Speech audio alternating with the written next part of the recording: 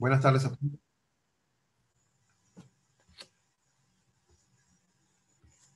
¿Me escuchan bien todos, no? Perfecto. Buenas tardes a todos. Quien les habla es el licenciado Gustavo Velázquez Palacios. Soy fisioterapeuta actualmente de la unidad de cuidados intermedios del Hospital Rebagliati, área donde trabajamos la fisioterapia respiratoria en pacientes sobre todo con post-COVID, ¿no? Muy bien. El día de hoy vamos a tratar acerca de la fisioterapia respiratoria en pacientes críticos y, ¿por qué no? Para que la idea se complete totalmente, en pacientes que salen de esta unidad, ¿no? Antes de eso vamos a dar algunas pautas anatómicas y fisiológicas, la clasificación de los tipos de enfermedades respiratorias, ¿no? Enfocándonos algo muy actual, con algo actual que es el COVID, ¿no? El tipo de situaciones que nos va a presentar esta enfermedad en los pacientes, ¿no? El tipo de abordaje que vamos a hacer, tanto preventivo, tratamiento durante el caso del COVID o posterior cuando ya el paciente regresa a su domicilio, ¿no? En el transcurso de esta ponencia quisiera que sea algo dinámico, ¿no? Que no sea algo monólogo. Me imagino que ustedes como todos nosotros, ya tienen alguna o varias experiencias con respecto al COVID. Así que me gustaría la participación de ustedes en cuanto a las preguntas, en cuanto a que puedan interrumpirme, no tengo ningún problema en cuanto a si hay algo que no quede aclarado. ¿Ya? Muy bien. Empezamos viendo cómo es el aparato respiratorio, la parte del aparato respiratorio. El aparato respiratorio, sabemos,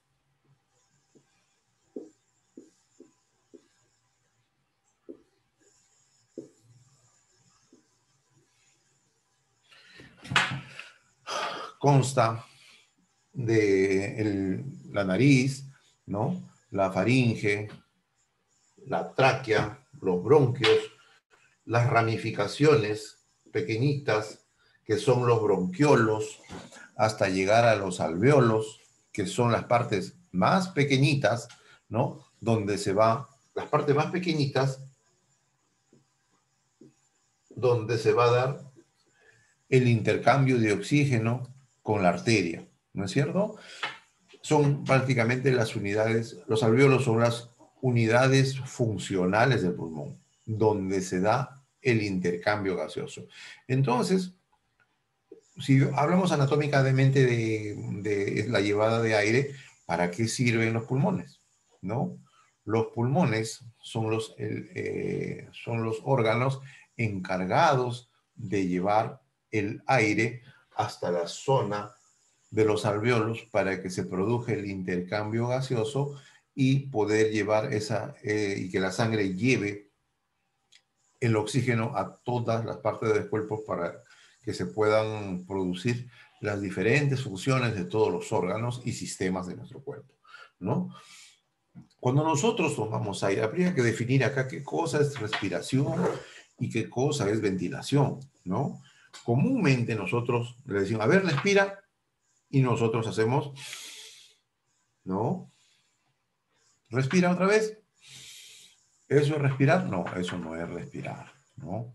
Eso es ventilar, ¿ya? Comúnmente nosotros conocemos la palabra respiración como tomar aire. No, la respiración es a nivel celular, aquí. La respiración es en el alvéolo. La respiración es el intercambio de gases. Es involuntario, ¿ya? Entonces vamos ya teniendo esos conceptos. La respiración es involuntaria. Lo que nosotros hacemos al tomar aire y que llegue hasta el alvéolo se llama ventilación. Por eso que los aparatos que nos dan aire no se llaman respiradores mecánicos. A veces les dicen respirador mecánico, ¿no? No, porque la respiración no es mecánica, ¿no?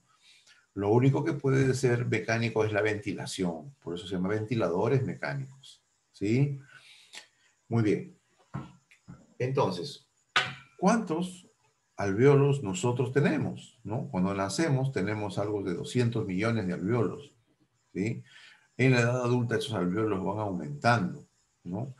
Eh, nosotros en la edad adulta debemos tener algo de 400 millones de alvéolos, ¿no?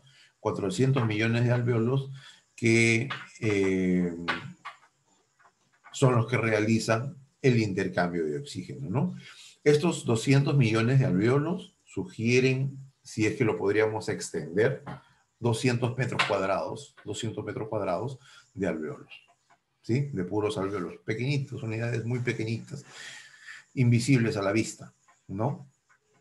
Entonces, si estos, vamos ya analizando, si estos pequeños alvéolos se van a comprometer cuando hay neumonía, cuando hay asma, cuando hay enfisemas, ¿no? Inclusive en el caso del COVID, ¿no? Estos pequeños alvéolos se van a llenar de coágulos, ¿no? Que van a impedir este intercambio, ¿no? Este alvéolo, lo voy a poner con rojo para que se vea mejor, creo que el verde no ayuda mucho. Este alvéolo, ¿no? Que va a intercambiar, de acá va a pasar CO2 y de acá va a ir oxígeno hacia arriba.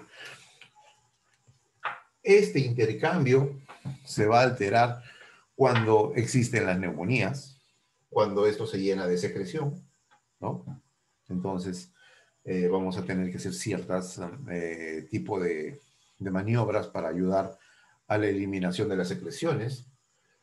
Se va a alterar cuando existe el asma, ¿no? Y se contrae la musculatura lisa en el conducto del aire hacia el alvéolo, ¿no? Se altera cuando eso se dilata, crece y se altera la superficie en donde se produce el intercambio gaseoso, en el caso del enfisema, ¿no? Que se da mucho en los fumadores, ¿no? El fumador agranda su alvéolo y el alvéolo más grande no significa que funcione mejor. Alvéolo más grande y con menos superficie para intercambio gaseoso, ¿no? Y más, y más grande el alvéolo, más lugar para que se acumulen sustancias extrañas y no se pueda eliminar las secreciones y se produzcan o sea, un campo propicio para la multiplicación de bacterias, ¿no es cierto? Por eso usted ve en el fumador tiene una tos áspera, normalmente está botando flema, ¿no? Voz más ronca, ¿sí? Limitación de la, de la entrada de oxígeno, ¿no? Por estos procesos que provoca el tabaco.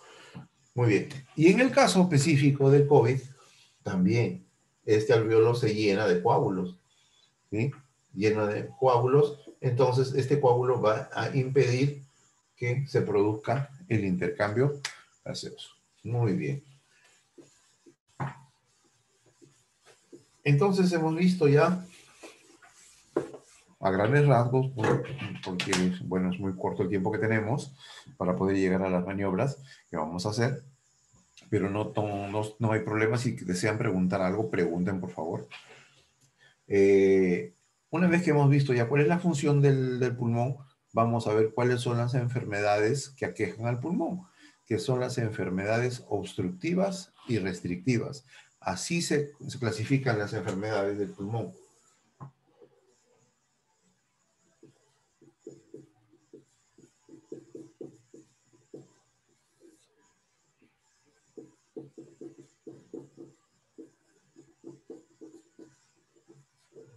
Muy bien. Así se clasifican las enfermedades respiratorias, en obstructivas y restrictivas. ¿Cuáles son las enfermedades obstructivas? Las enfermedades obstructivas son aquellas que nos van a producir una invasión dentro de la vía aérea, ¿no? Y van a impedir el paso del aire, ¿no? ¿Cuáles son estas enfermedades? El enfisema.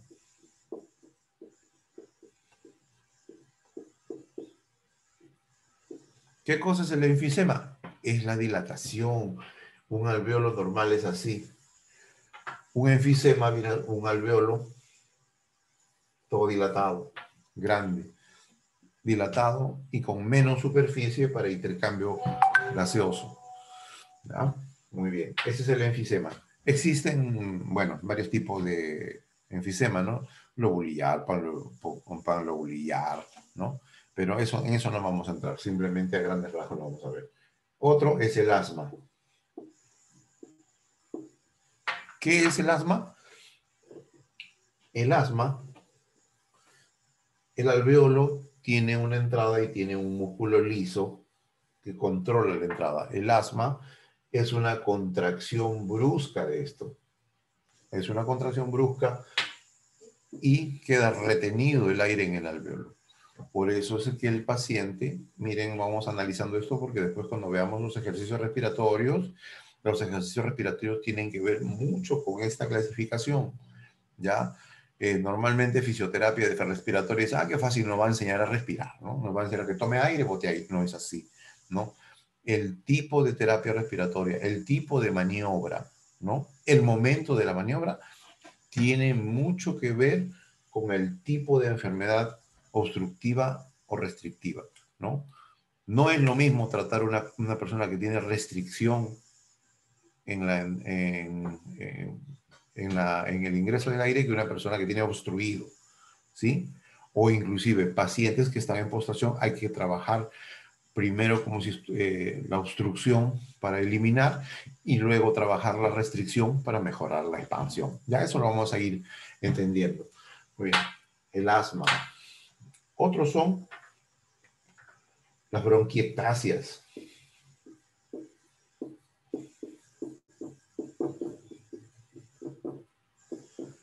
La bronquiectasias, que es la limitación del espacio de los bronquios.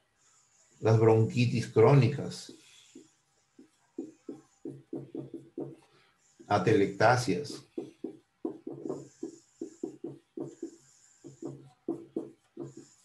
las neumonías.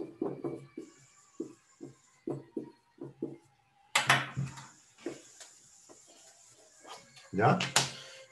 Todas estas enfermedades, bronquitis, atelectasias, neumonía, se producen. La bronquitis es una inflamación del bronquio que disminuye la luz del bronquio, entonces el aire va a tener dificultad de pasar por ahí. ¿Sí? Atelectasias, igual, son los alveolos que son así, ¿no?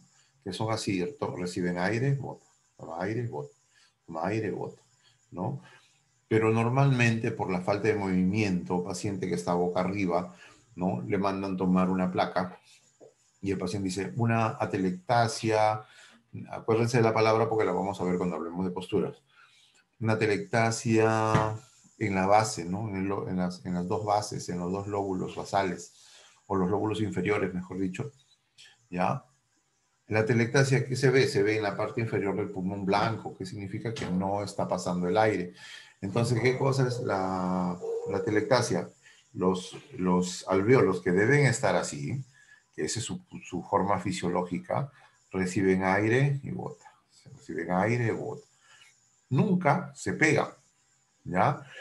Pero cuando hay un paciente postrado, un paciente que no usa la parte posterior del pulmón, que está en la parte posterior, en la espalda, y que es el lóbulo inferior, lo que va a hacer es que este alveolo, que es como un globito, imagínense un globito de esos de carnavales que usábamos antes, lo dejábamos de un año para otro. ¿Y qué pasaba por el globito? El globito ya no estaba así, ya no lo encontraban al siguiente año así. ¿Cómo encontraban al globito? Pegado, ¿no? Con dificultad para poder inflar, había que despegarlo.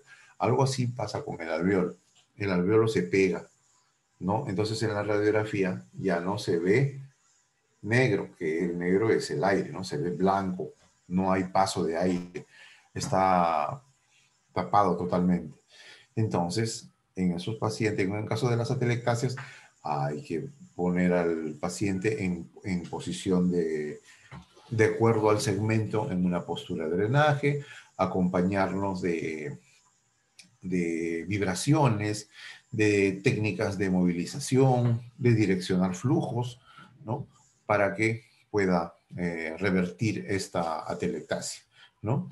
Eso se puede hacer con el paciente inconsciente también, el paciente que estando con ventilador mecánico, ¿no? El paciente aún sedado, ¿no? Inclusive cuando el paciente sale ya de la crisis, con el paciente consciente también. Si nos ayuda, es mucho mejor. Muy bien. ¿Cuáles son las enfermedades restrictivas? Las enfermedades restrictivas son aquellas que por fuera nos impiden la expansión del pulmón, ¿sí? La principal enfermedad restrictiva es la pérdida de elasticidad parenquimal,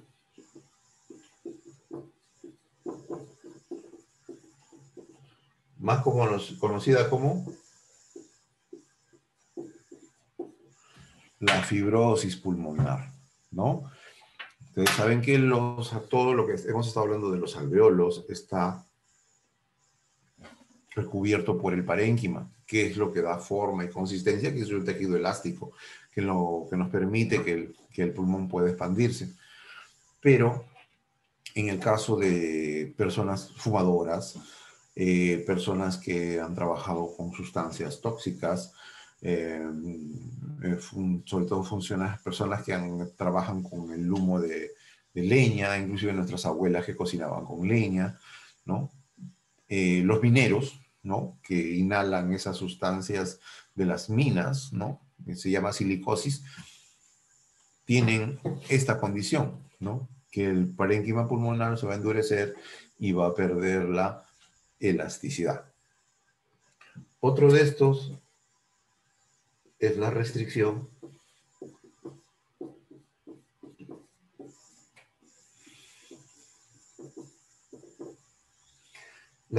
costal, ¿no? ¿Qué significa? Que nosotros cuando respiramos, nuestras costillas tienen una acción de asa de balde, ¿no? Nuestras costillas que están así, ¿no? Hacen como el asa de un balde bilateral, ¿no? Y eso hace que el diámetro lateral y anteroposterior del tórax aumente, ¿no?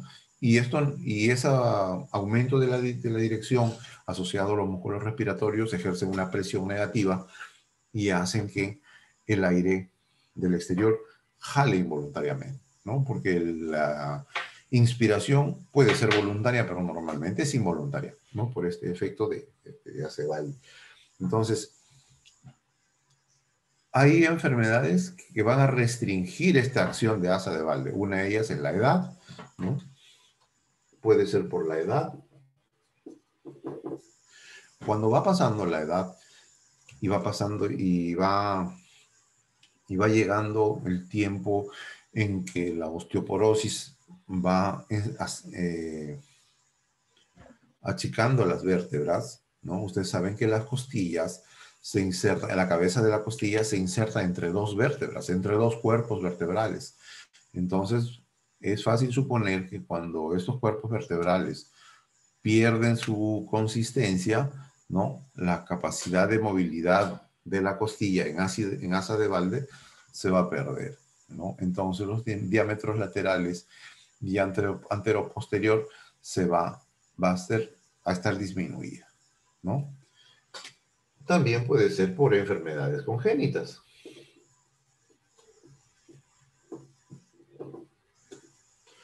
Por enfermedades congénitas, como en el caso de la escoliosis, el tórax en quilla, ¿no? Eh, eh, Hay casos donde la columna vertebral no desarrolla como debe ser. Ustedes habrán visto esos enanitos, hay unos enanitos con el pecho hinchado, ¿no?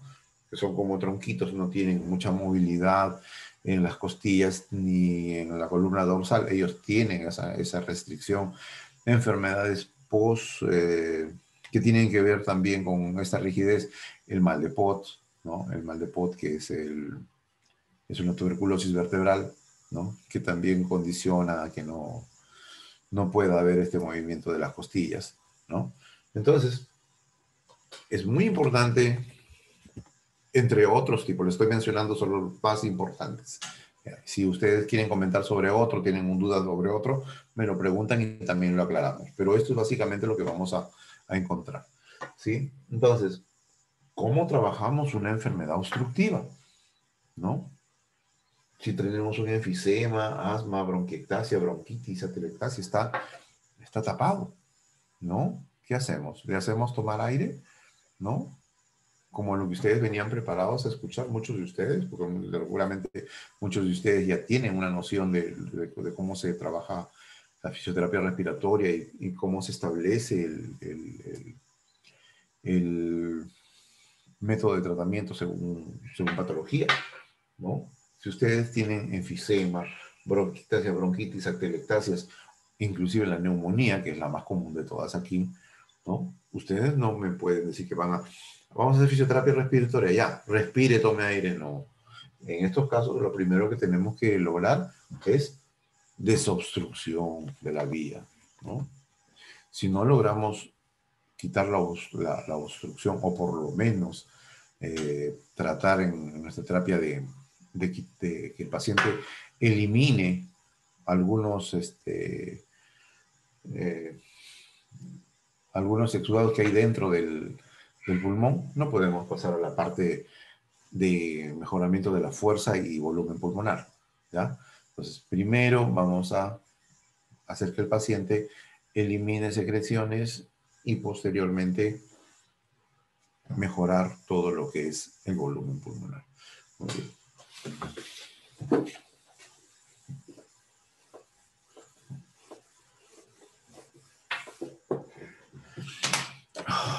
Ahora, ¿cuál es la frecuencia respiratoria en un paciente normal? ¿Cuántas veces respira por minuto un paciente? ¿Mm? Esto es muy importante, porque dicen, no, pero está respirando bien, está saturando bien, ¿sí? No tiene buena saturación. Claro, tiene buena saturación, pero la buena saturación tiene que ir acorde con la frecuencia cardíaca y con el patrón respiratorio, ¿no? Un patrón respiratorio adecuado es de 15 a 20 por minuto, ¿no? Y todavía 20, todavía está para trabajarlo porque debe bajar un poco más, ¿no? Y la frecuencia cardíaca, ¿no? Entre 60 y 100, ¿ya? ¿Por qué es importante saber esos parámetros? Porque tengo que asociarlo con la saturación. ¿Y la saturación de cuánto es? La saturación no debe bajar de 94 hasta 100, pero difícilmente un paciente llega a 100, ¿no? Lo normal es 98. 98, ¿sí? Difícilmente una persona llega a 100. Muy bien. Entonces, estos tres parámetros tienen que estar en relación cuando trabajamos. No podemos decir, está saturando bien, el paciente ya está bien, si es que está saturado en 100, pero su frecuencia respiratoria está por 30 y su frecuencia cardíaca está por 110, 115, 120 cuando hacemos ejercicio, ¿no? Y un ejercicio leve, ¿no? Van a ver por experiencia, o me dirán, por ahí me dirán muchas personas a la hora que hagamos el comentario, que tienen pacientes post-COVID, o ven pacientes post-COVID, que se aquí cansan mucho, ¿no? Que les hacen la fisioterapia en la casa y saturan bien, pero el paciente se siente cansado, se agita, o ya prácticamente ya le dieron de alta, porque el paciente ya camina, ya va al baño, ya hace todo, pero el paciente refiere que le duele la cabeza, que se cansa. Ah, ahí todavía falta fortalecimiento muscular. Los músculos son los mayores consumidores de oxígeno que hay, ¿sí? Al paciente no pueden dejar de hacerle la terapia hasta que el paciente funcionalmente esté agachándose al suelo, haciendo su terapia en el suelo, en posición de gateo, poniéndose de cuclillas, posición maratón, ponerse de pie, hacer sentadillas, sin agitarse demasiado, ¿ya? Ahí termina la terapia. No sirve de nada que el paciente haga estos movimientos si la agitación, el pulso está por 120, 125, ¿no? Hay que acondicionar más la musculatura con la respiración hasta que este esfuerzo no genere un aumento de la frecuencia cardíaca, ¿no? Porque es engañoso, ya es engañoso. Dicen, ah, el paciente satura bien, sí, satura bien, pero mira cuánto está volando la respiración. ¿Mm? Y también el tipo de respiración, que eso vamos a ver después, ¿no es cierto? El paciente está bien, pero cuando ustedes conversan con el paciente conversa entrecortado. Está saturando 100, pero está haciendo sobreesfuerzo, ¿no? Y cuando hace un sobreesfuerzo, no solamente se sobrefuerza la respiración, es el corazón también que está aumentando su frecuencia cardíaca para compensar. Muy bien. ¿Alguna pregunta hasta aquí? ¿Alguna pregunta aquí? Todo lo que quieran preguntar hasta aquí, antes de empezar con maniobras. Preguntas, por favor.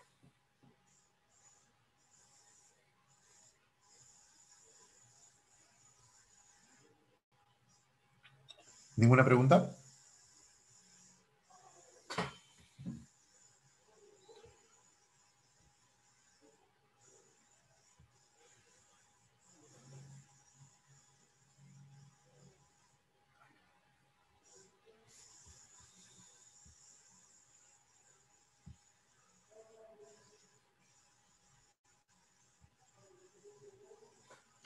Ninguna pregunta.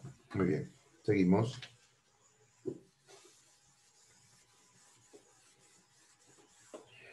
Muy bien. Ahora, vamos a ver cuáles son los cuidados cuando tenemos un paciente en unidad de cuidado crítico, ¿no?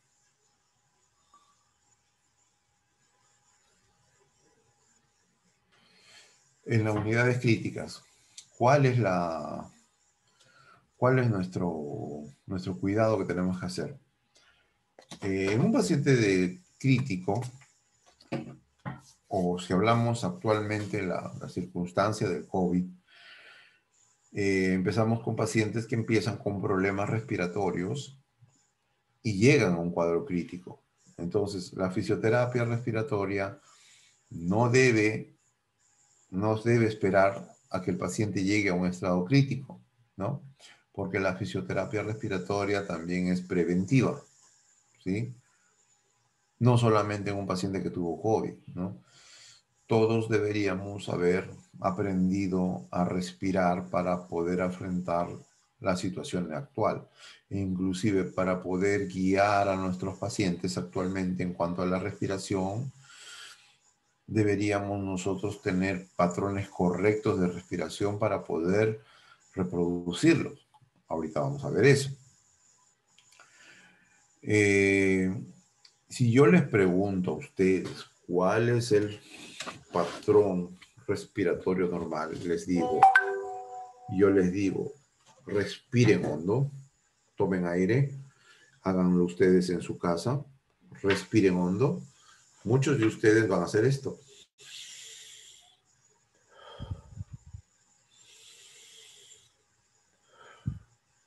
Eso es lo que van a hacer, ¿ya? Y no es lo correcto. No es lo correcto. ¿Por qué no es lo correcto? Ahora vamos a ver por qué. Vamos a relacionarlo con la teoría. ¿Cuáles son los músculos de la respiración? Los músculos respiratorios.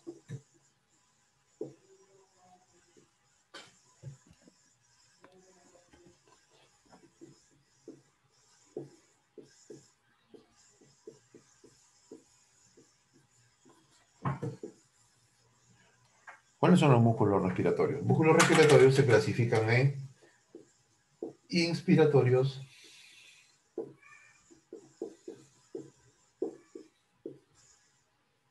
y expiratorios.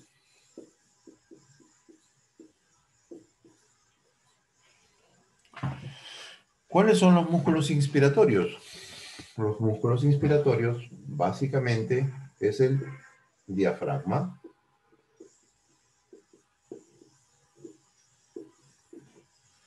el intercostal,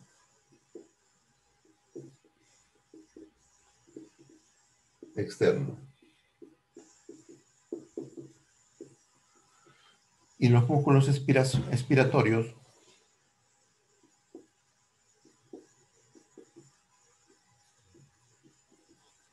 intercostal interno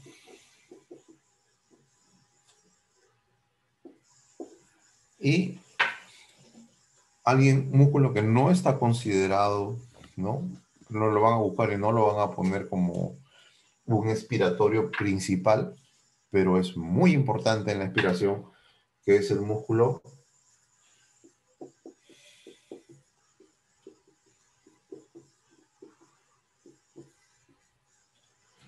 el recto anterior del abdomen, ¿ya?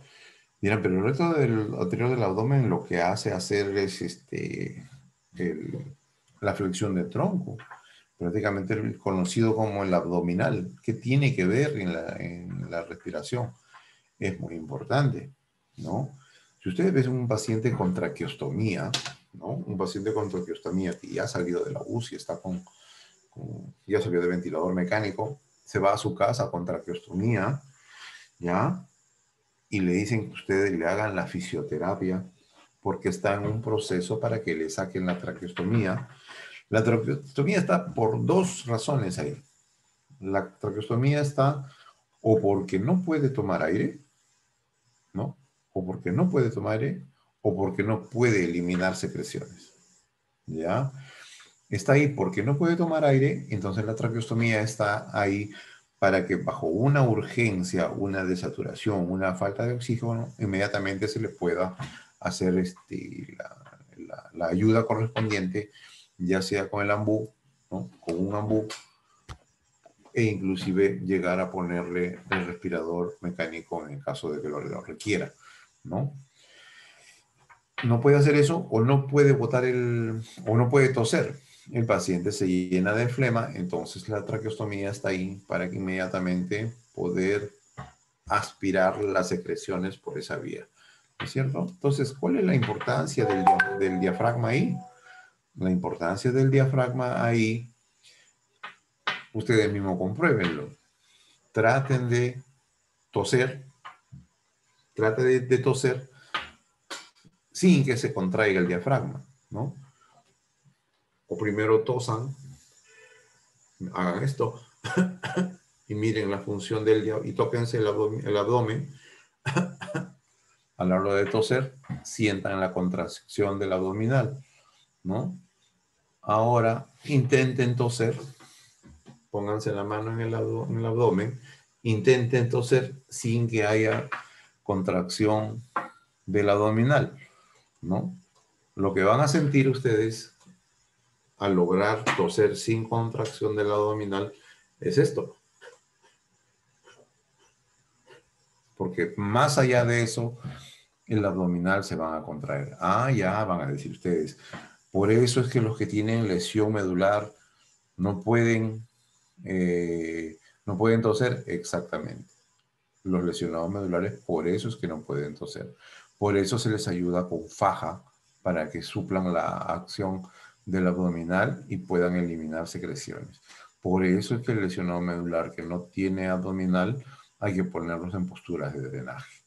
Esa es la razón. Ujú. Muy bien. Preguntas hasta aquí. Pregunten, por favor.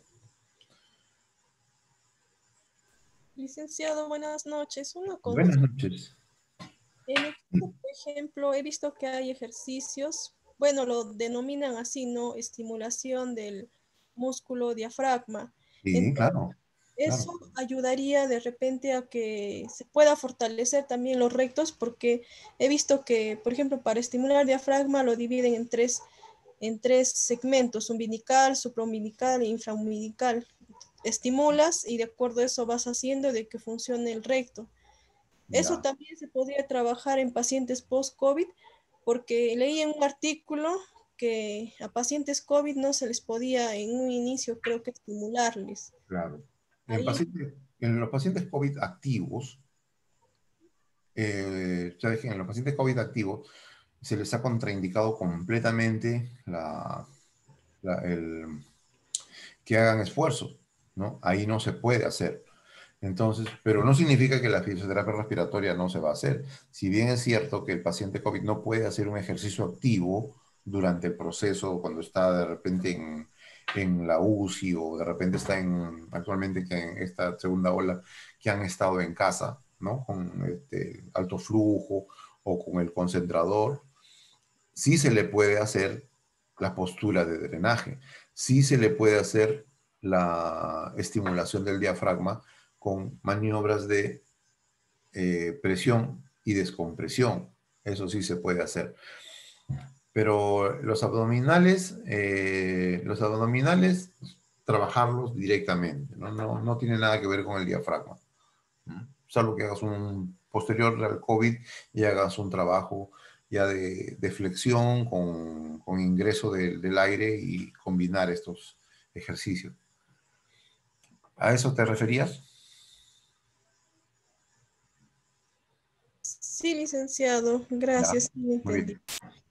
¿Alguna otra pregunta?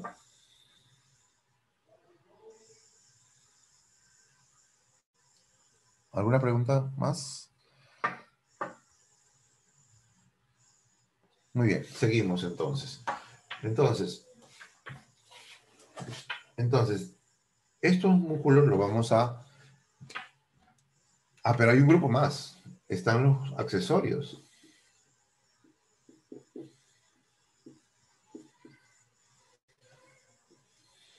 Dentro de los accesorios, ¿quiénes están? Están el esternocleidomastoideo, están los trapecios,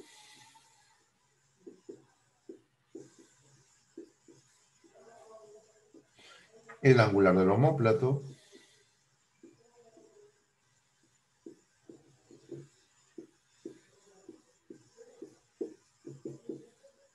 están los escalenos,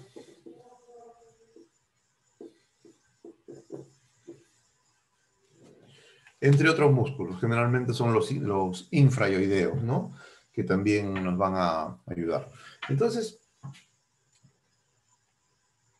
hablemos de la función de estos músculos, ¿no? Cuando nosotros hablamos de la inspiración, ¿no? ¿Cuál es el músculo principal de la inspiración?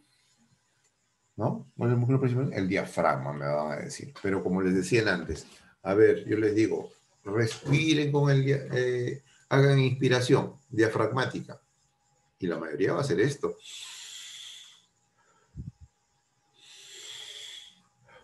Cuando eso no es correcto. El diafragma se trabaja inflando la barriga, así.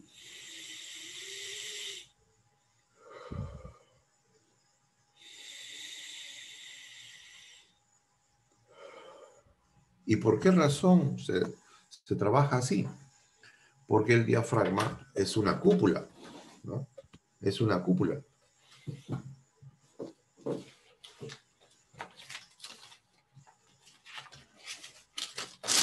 Es una cúpula, más o menos tiene esta forma. Tiene esta forma y es la base de los pulmones.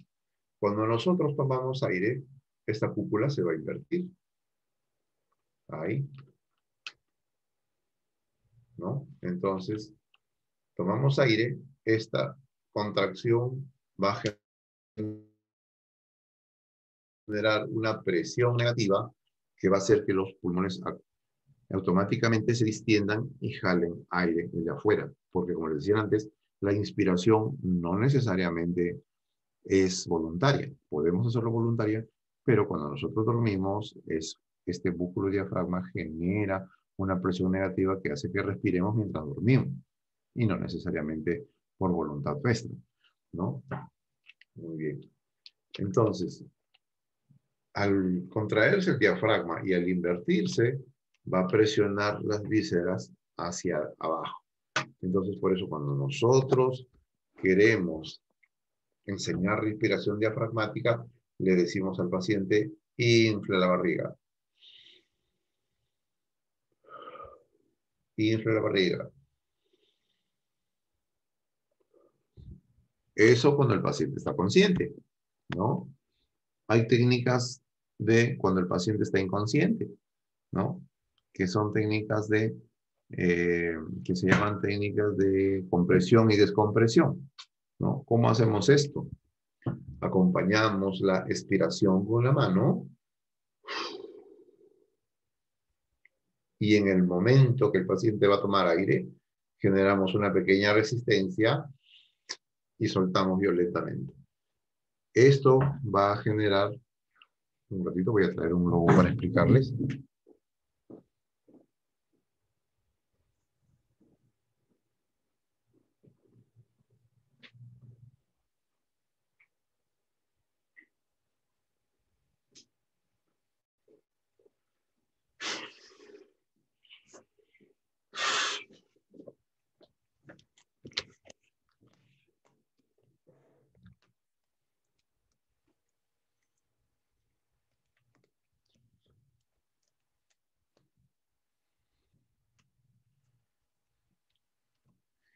Esta pequeña acción va a generar esta reacción, ¿no?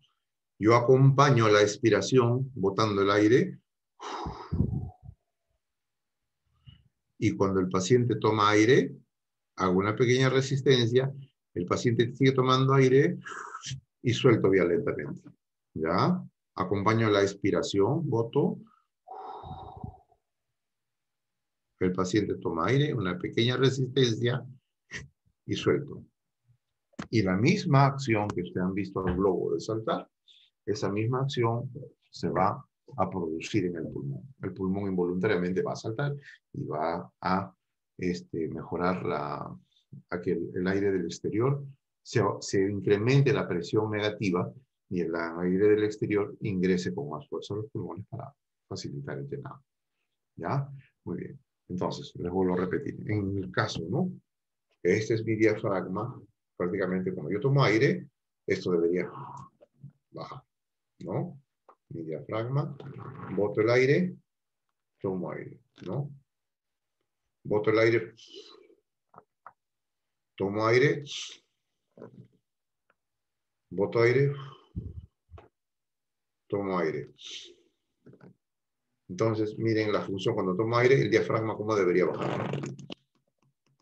Al bajar ese diafragma debe empujar las vísceras, ¿no es cierto? Pero como les decía, nosotros no nos hemos acostumbrado a eso, ¿no? Nosotros este diafragma normalmente no lo usamos, por eso el diafragma está así. ¿Por qué? Porque nosotros tenemos patrones sociales del uso del diafragma, ¿no? Nosotros, desde que hemos nacido, hay 3 formas de uso del diafragma. Uno es fisiológico, otro es social, ¿no? Y otro es necesario. Ahora les explico por qué. ¿Por qué fisiológico? Fisiológico es porque hemos nacido con la respiración como debe ser, ¿no? Cuando nosotros hemos nacido, sí respiramos con el diafragma, ¿no? Sí.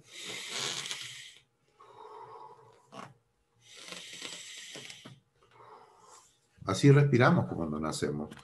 Cuando ustedes ven un bebito durmiendo, ¿no? O un gatito, o un perro durmiendo, mírenle su barriguita al gatito o al perro, al niño, que duermen plácidamente y relajados, ¿no? Van a ver su barriguita de ellos que está así.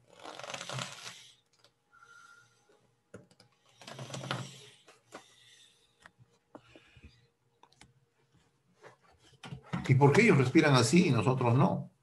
Por la segunda razón, porque la segunda forma de respirar es un patrón social. ¿Por qué? Porque a nosotros, los seres humanos, nos han metido a la cabeza que el varón, ¿no? El varón dice que respira con el abdomen. Dice, oye, así mete la barriga, saca pecho, camina, párate derecho y camina derechito, ¿no? Los militares también te dicen eso, ¿no? El porte te dice, ¿no? Saca pecho, mete la barriga. Pero sin embargo, los militares, sin querer, tienen que usar su diafragma para hacer sus ejercicios. Por eso es que cuando ellos hacen ejercicio, corren cantando.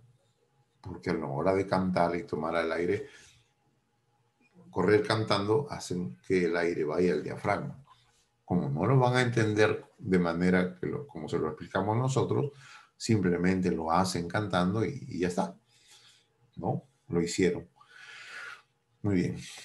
Entonces, a los varones nos han dicho que no debemos, debemos caminar con porte, no meter la barriga y sacar pecho, ¿no? El porte. Y las chicas, lógicamente, pues, al utilizar el pantalón apretado, el polito pegadito, el polo cortito para que se vea el ombliguito, lógicamente, que eso no se puede hacer si se hace una respiración diafragmática, pues, ¿no? Porque están con el polito corto y lógicamente se ve feo, pues, que la barriga se esté inflando. Entonces, el cerebro, nuestro cerebro va patronizando todos esos movimientos, ¿no? El cerebro capta ese movimiento y graba ese tipo de respiración como normal, ¿no? El cerebro dice, bueno, pues así se respira, ¿no? Pero cuando inclusive cuando vas a la universidad o te dan un examen de biología, te preguntan, ¿tu músculo principal de la respiración? Diafragma, 20, muy bien, a la parte práctica. Respiren con diafragma. 0, jalados en práctica, todos aprobados en teoría, jalados en práctica, todos. Muy bien. ¿Ya? Ahora, el otro patrón ya es, por necesidad. Otro patrón respiratorio es cuando hay lesiones, ¿no? Cuando te duele la espalda, ¿no? Hay personas que les duele la espalda, entonces al momento de bajar el diafragma les duele. Entonces al que le duele la espalda se recuesta y solamente está acá. Me duele, ¿no? Porque le duele. Otras personas que sufren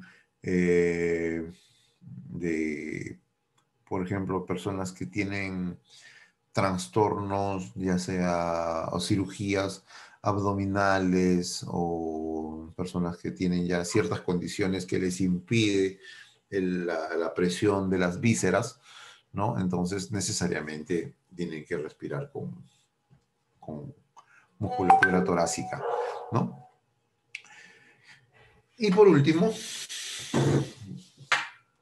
no por último, los músculos expiratorios. Ah, no, ya habíamos explicado lo de los músculos expiratorios, ¿no? Los músculos expiratorios nos servían para botar el aire, ¿no? Pero también, igualmente, el principal músculo de la expiración es el recto anterior, que es el que nos hace toser y que es el menos considerado, ¿no? Y es el que menos consideramos no le hacemos justicia en la teoría en cuanto al músculo principal de la expiración. Ahora, los músculos accesorios, ¿no? También juegan un papel muy importante en cuanto a tener que reconocerlos en cuanto al tratamiento, ¿no? Ahí van a ver ustedes pacientes que van respirando ahí.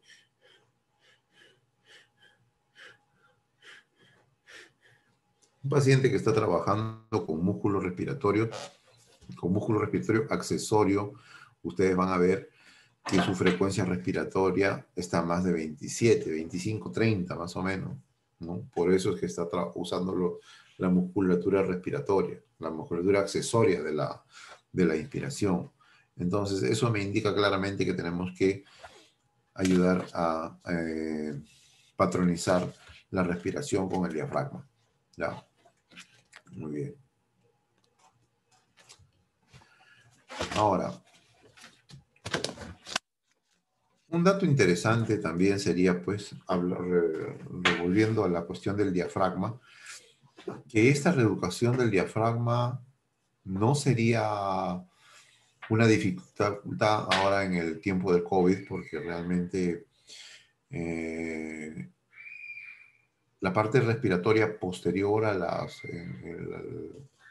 enfermedades, las personas que han entrado a UCI y que han pasado una crisis grande, hospitalizado, y llegan ya a la etapa que han salido del ventilador, inclusive van al domicilio, necesitan una etapa previa de reeducación respiratoria, antes de llegar a la etapa de fortalecimiento y a la etapa funcional.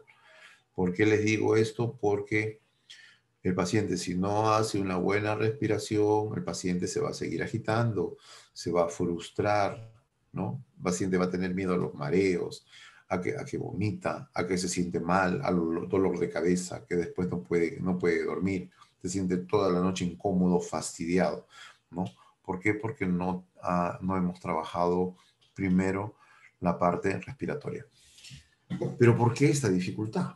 Porque esta dificultad deberían haberlo resuelto, no los fisioterapeutas. Esta dificultad debería haberse resuelto desde el colegio, ¿no?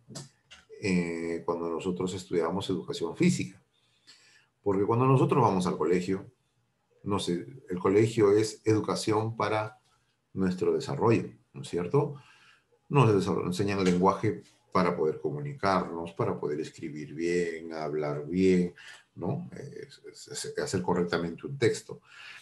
Nos enseñan matemáticas para poder desenvolvernos en nuestra vida financiera, en nuestras compras, en nuestros gastos, en nuestros ahorros y en diferentes otras dificultades del día a día que tienen que ver con las matemáticas, ¿no? Tenemos el programa de educación física. Ahí está el problema, porque de repente, así como me pasó a mí, muchos de ustedes tuvieron el profesor de educación física que a la hora de educación física le soltaba una pelota a los chicos y una pelota a las chicas, y esa era la clase de educación física, ¿no? Cuando no es así. La clase de educación física es una preparación para el desarrollo físico, ¿no? En los estiramientos de los miembros inferiores, muy importantes para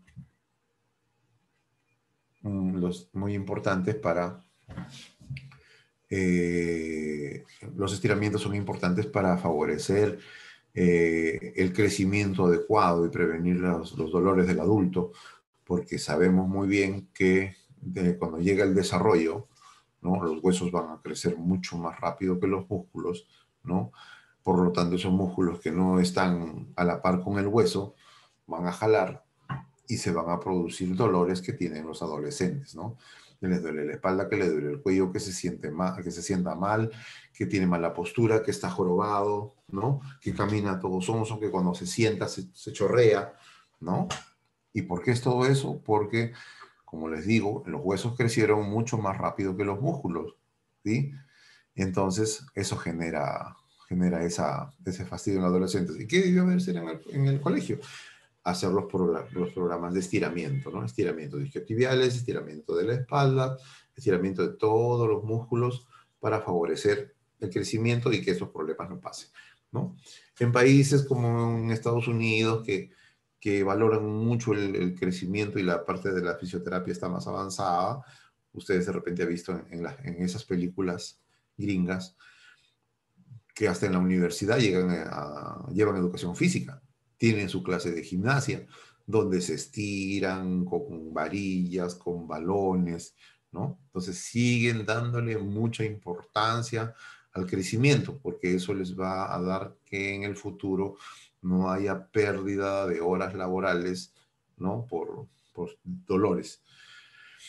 Igual en el campo de la respiración, ¿no? El profesor debió habernos formado en cuanto a la respiración diafragmática, pero no lo hizo.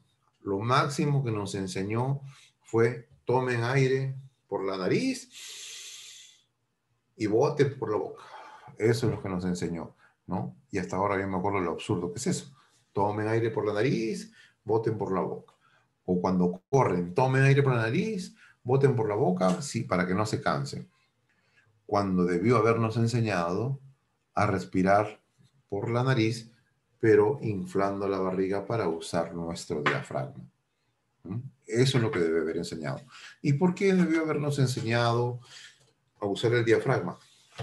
Porque tarde o temprano, este diafragma lo vamos a tener que usar.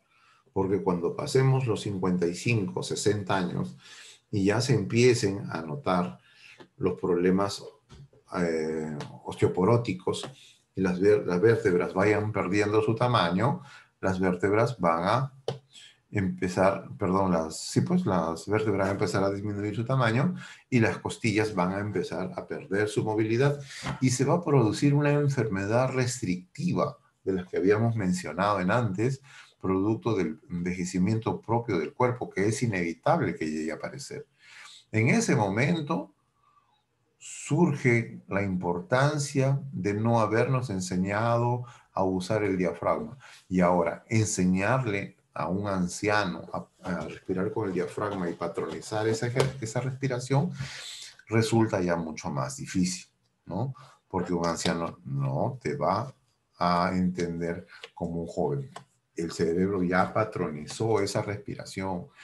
Muchas veces le van a decir al paciente ya mayorcito, tome aire inflando la barriga y va a tomar aire y en vez de sacar el abdomen va a meter el abdomen. Ya les habrá pasado seguramente a algunos de ustedes.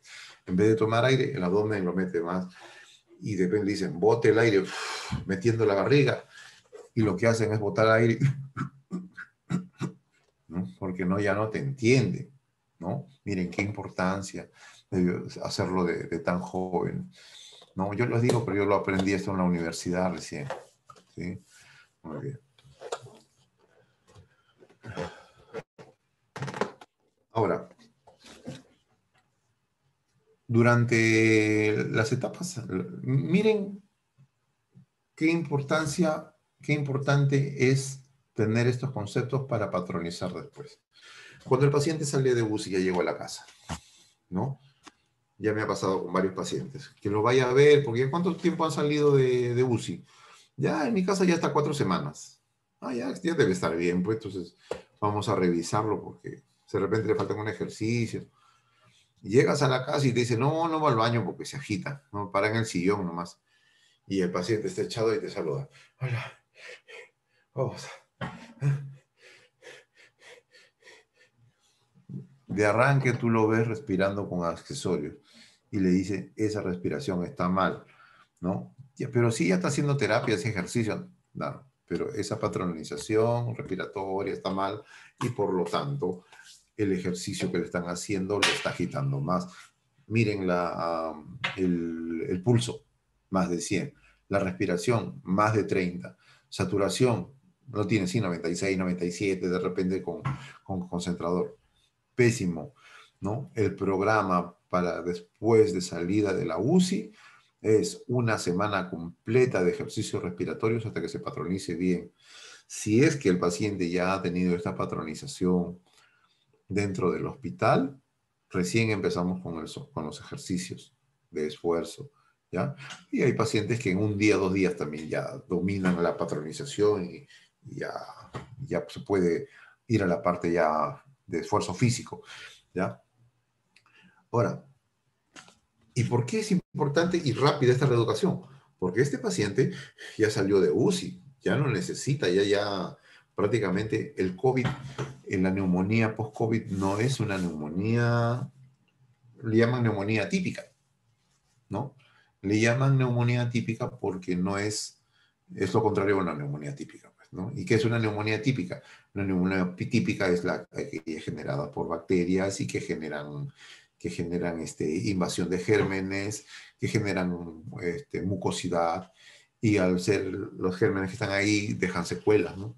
Dejan pequeñas áreas de lesión o cuando la neumonía ha sido fuerte, ¿no es cierto? Porque por eso te verdad que tenía neumonía, esas áreas que ya han quedado vacías son propensas a nuevas neumonías y, ¿no? Por ejemplo, ahora en la época de COVID, ¿no? Las enfermedades que ya han tenido esas neumonías fuertes se han ido con un descanso porque son personas propensas a que le venga una neumonía de mucha más gravedad. En el caso del COVID no es igual, porque el COVID, al ser una neumonía típica y al ser cuando se invade de coágulo el alveolo, es grave porque cuando ya invade más de 70% de alveolos, ¿no? Tapados con esto, entonces impide el paso, ¿no? Es mortal en muchos casos, pero la recuperación de los pacientes post-COVID es mucho, los coágulos van a desaparecer, se van a eliminar, ¿no? A los 3 meses le van a tomar una placa al paciente que tuvo 60-70% de compromiso y esos pulmones van a estar limpios, ¿no? No van a tener nada. Esa es la ventaja, se podría decir, del COVID, ¿no? Entonces, ¿qué pasó? Ese patrón, durante el proceso del COVID, el cerebro lo tomó como normal, ¿ya? El cerebro ya patronizó ese movimiento, como el que se luxó el tobillo. El que se luxó el tobillo, ¿no? Y se desesperó por caminar con la férula, cojeando, no importa, no hizo el reposo porque tenía que trabajar, porque tenía hijos, porque tenía cosas que hacer en la casa, etcétera. Al final, pasaron 3 meses, 4 meses, ya se sanó del esguince del tobillo, pero sigue cojeando. ¿Por qué? Porque el cerebro ya patronizó ese movimiento. Entonces, esa patronización debemos usarla a nuestro favor. A este señor le tenemos que decir, ya, bueno, mire, ¿sabe qué? A partir de hoy día, este patrón ya no. Respiración abdominal, con el abdomen, infle la barriga. Cuando se sienta agitado, termine de hacer una actividad, termine de ir al baño, infle la barriga, lo que habíamos hecho antes. Respire hondo, bote, tome aire, bote, tome aire, bote. ¿Cuántas veces al día lo hago? Todo el día. Todo el día, mientras está viendo televisión, se siente agitado, termina de comer, está echado, se acuerda, lo hace, le dice a todo momento. ¿Con qué objetivo? Patronizar. Ah, pero al día siguiente te va a decir, uy, he estado haciendo todo el día y me he cansado. Claro, no he seguido, pues, ¿no? Tiene que hacer unas 5 o 6 veces, dentro de media hora, una hora, otra vez, 5 o 6 veces, y así va a patronizar. Porque si el ejercicio lo va a hacer seguidito, ¿no? Así como hay problemas de hipoventilación, también hay problemas de hiperventilación por estar, ya, no puede haber, cuando uno toma demasiado o poco oxígeno, hay una acidosis respiratoria que produce mareos, típica falta de aire, ¿no? Y cuando toma demasiado aire, ¿no? Demasiado oxígeno, se produce una alcalosis respiratoria, que también trae signos similares, ¿no? Este paciente hiperventila y también trae mareos, puede traer náuseas, y dice, ay, paciente, sigo mal, no. Entonces debe haber un equilibrio. Patronizar no es todo el día seguidito, es todo el día, pero dándose sus pausas, ¿no? ¿No? ¿Hasta qué? ¿Hasta qué momento? Hasta que esa respiración sea normal. Sea normal. Ni cuenta se va a dar y va a estar respirando. Y esto sí es rápido, ¿eh? Porque ustedes van a ver que en 2, 3 días el paciente ya dejó de eso. Porque él se va a convencer de que ustedes tenían razón. Que cuando él toma, le van a decir al paciente, bueno, a mí me resulta este método. Tome aire hondo. Ya, eso es todo lo que puede tomar aire. Ahora, tome aire con esto. El paciente se va a dar cuenta que con el abdomen va a tomar 2 veces a un poco más de volumen que tomando haciendo respiración torácica. Muy bien. Preguntas hasta aquí para entrar ya a la parte de cuidado crítico. Pregunten hasta aquí todo lo que deseen preguntar.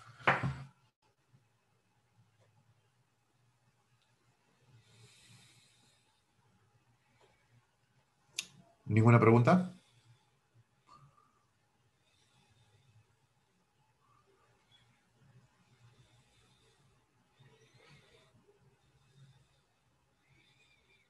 ¿No hay preguntas?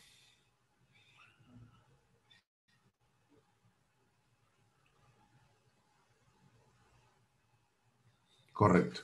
Entonces, seguimos.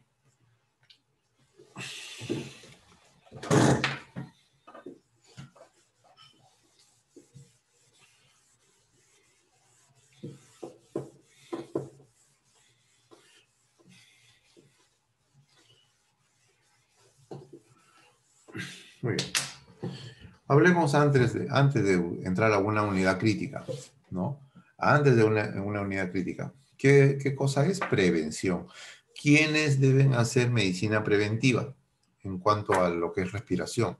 Había dicho en antes, que la prevención deberíamos hacerlo todos porque todos vamos a llevar a una edad donde la restricción se va a ver evidente. Así que había dicho también que desde el colegio deberíamos aprender a, a respirar con el diafragma para que eso también ya sea un patrón instalado. ¿Se imaginan todo el, el trabajo que nos hubiéramos ahorrado si la población, por intermedio de la educación física en los colegios nacionales, habrían ya patronizados ese ejercicio diafragmático, esa respiración diafragmática como debe ser en la población? Hubiésemos ahorrado bastante tiempo e inclusive algunas vidas se pudieron haber salvado, ¿no? Porque mucha gente murió asfixiada en la casa por no tener patrones respiratorios adecuados, por desesperación, ¿no? Pudo haberse hecho algo mejor. Entonces, ¿quiénes en la prevención? En general, toda la población que sabe que va a envejecer. ¿Quiénes más? Problemas, personas con problemas de, de de deformidades en la columna vertebral. Personas con problemas neurológicos, tipo distrofias musculares, que van llevando poco a poco a problemas musculares integrales, que al final van a llevar con procesos respiratorios, ¿no? Algunos de ellos a la muerte, algunos de ellos son estacionarios. Problemas neurológicos como hemiplegias, ¿no? Lesiones medulares, ¿no?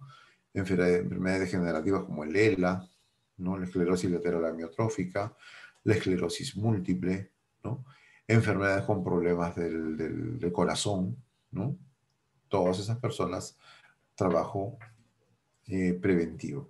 Y hablando del COVID específicamente, desde que se dio la pandemia, todos, ¿no? Aprender a tener listos nuestros pulmones para, en el caso nos dé, ¿no? Que ya creo que casi nos dio a casi todos.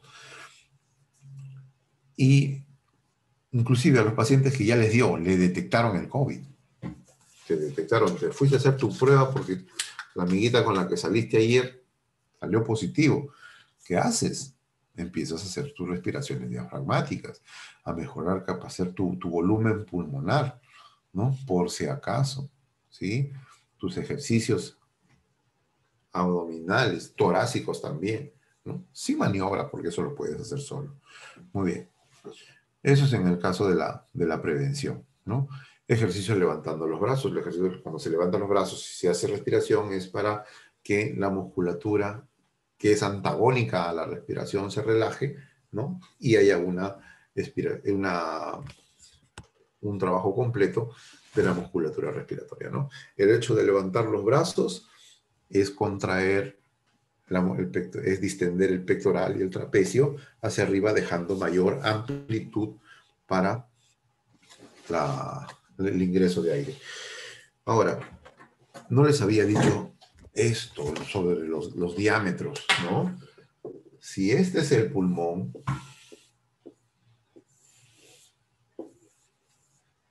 si ese es el pulmón tiene tres tipos de expansión. Una expansión es hacia abajo. ¿Gracias a quién? Hacia el diafragma.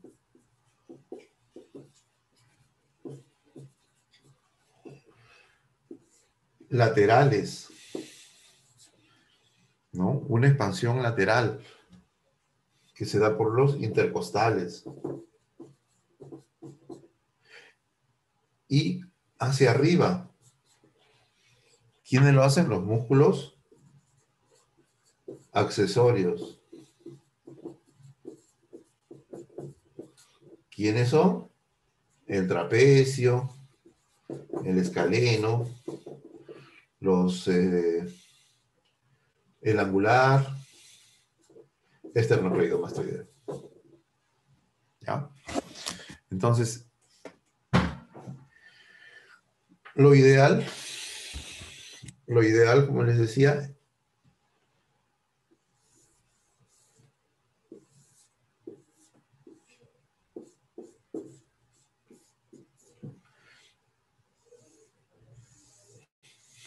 Este es el diafragma. Este es el diafragma, que tiene que contraerse hasta llegar a ese nivel. Cuando llega a ese nivel es donde presiona las vísceras, ¿ya? Esta es la contracción del diafragma. Ahora, cuando el paciente llega a la unidad crítica, ¿qué cosa es lo que tenemos que hacer? ¿Qué cosas cuando llega el paciente a la UCI? Al paciente lo ponen en ventilación mecánica, ¿no? El paciente está con ventilador mecánico. ¿Se puede hacer fisioterapia ahí? ¿Qué opinan?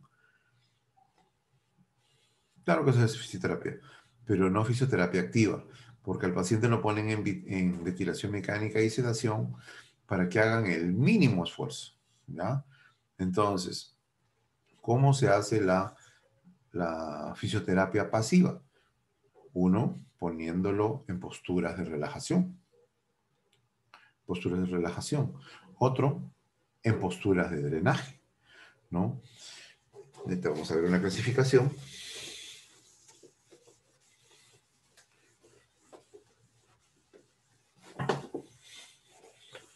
En posturas de drenaje. Ustedes saben, y las posturas de drenaje tienen que ver con los segmentos pulmonares, ¿no?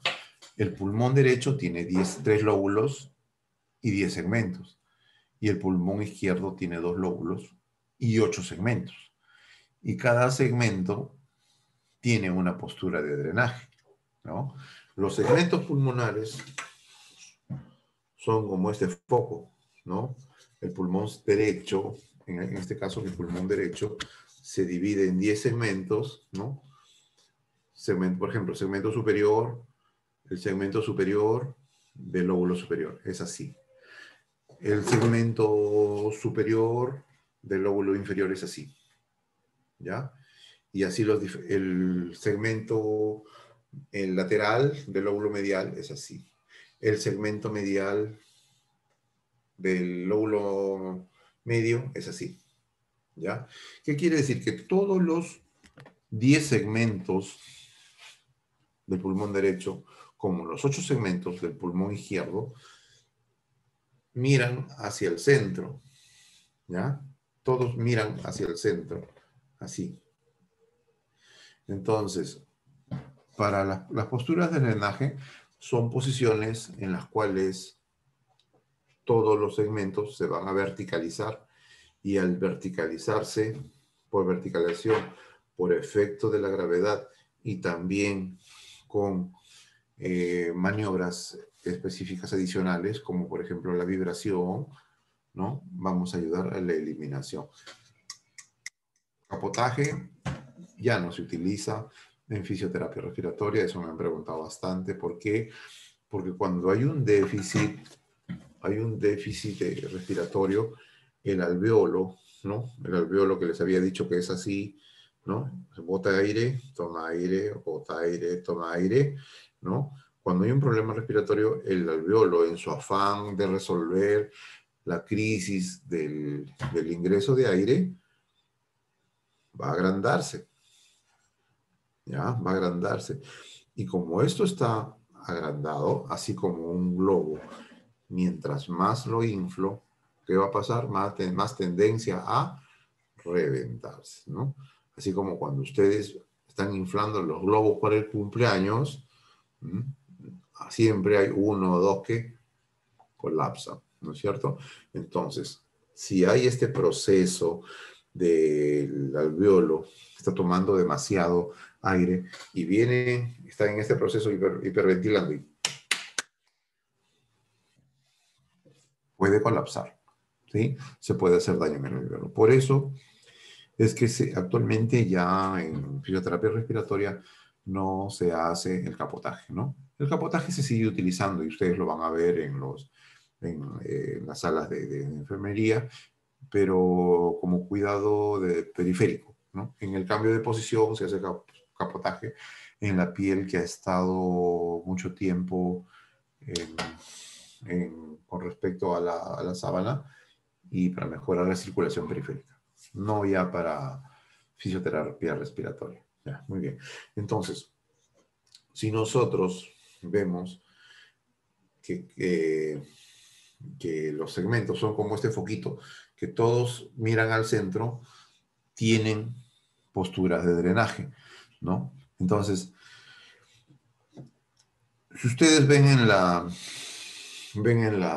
el protocolo de los hospitales, del tratamiento en UCI de los pacientes, van a ver que les dicen son 3 semanas de pronación, 3 días de pronación, ¿no? Los tienen pronado bastante tiempo, ¿ya?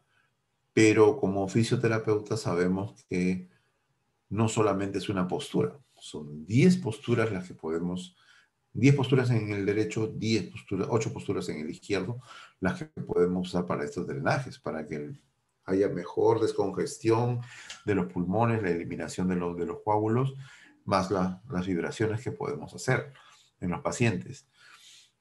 Ya, entonces, vamos a hacer, les voy a escribir acá, cómo clasificamos esos 10 segmentos. 10 segmentos para el derecho y 8 segmentos para el izquierdo. Y les voy a dar la posición de drenaje para cada uno de ellos.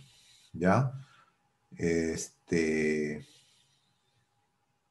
Al final me preguntan, por favor, si es que no lo han captado para poder repetirlo, porque esto es sumamente importante en el paciente crítico, en el paciente que está ya sea en UCI, un paciente anciano con hemiplegia, un anciano con neumonía en casa, ¿no? Cualquier paciente que está lleno de secreciones van a tener todas estas posiciones para que puedan alternarlas. Muy bien, muy bien.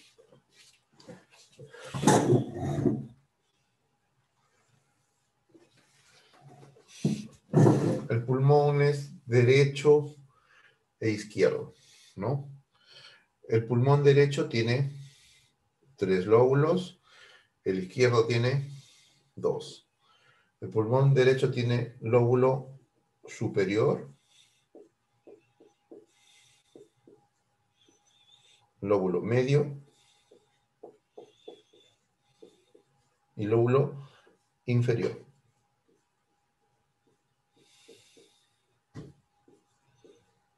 El lóbulo superior tiene 3 segmentos. Tiene segmento superior, tiene segmento anterior y tiene un segmento posterior. El lóbulo medio tiene un segmento medial y tiene un segmento lateral. El inferior tiene 5 segmentos. Segmento superior, anterior, posterior, medial y lateral.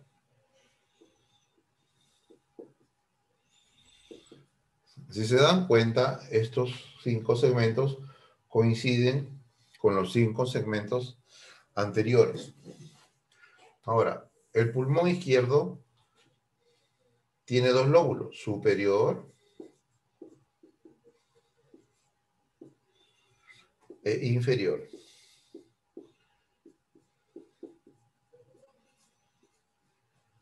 El segmento superior tiene 3 segmentos. Este posterior se va a juntar con este. Y el segmento postero superior, el anterior, Este de acá, el lóbulo medio, no va a haber. Se va a transformar en una língula. Y el inferior, al igual que en el otro lado, va a tener segmento superior, anterior, posterior, medial y lateral. Muy bien.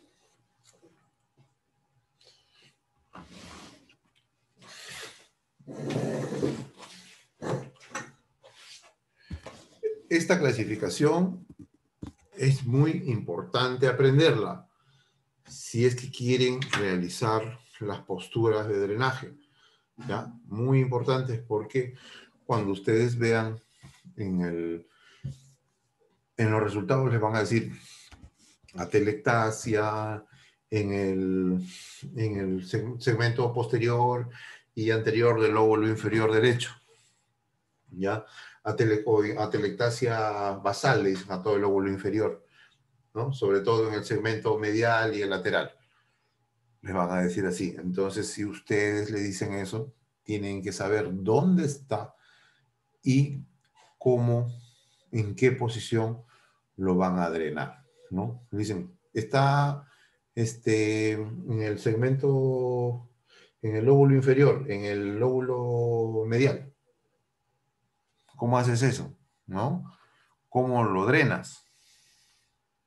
¿No? ¿Cómo lo drenas? ¿En qué posición? Boca arriba, lateral.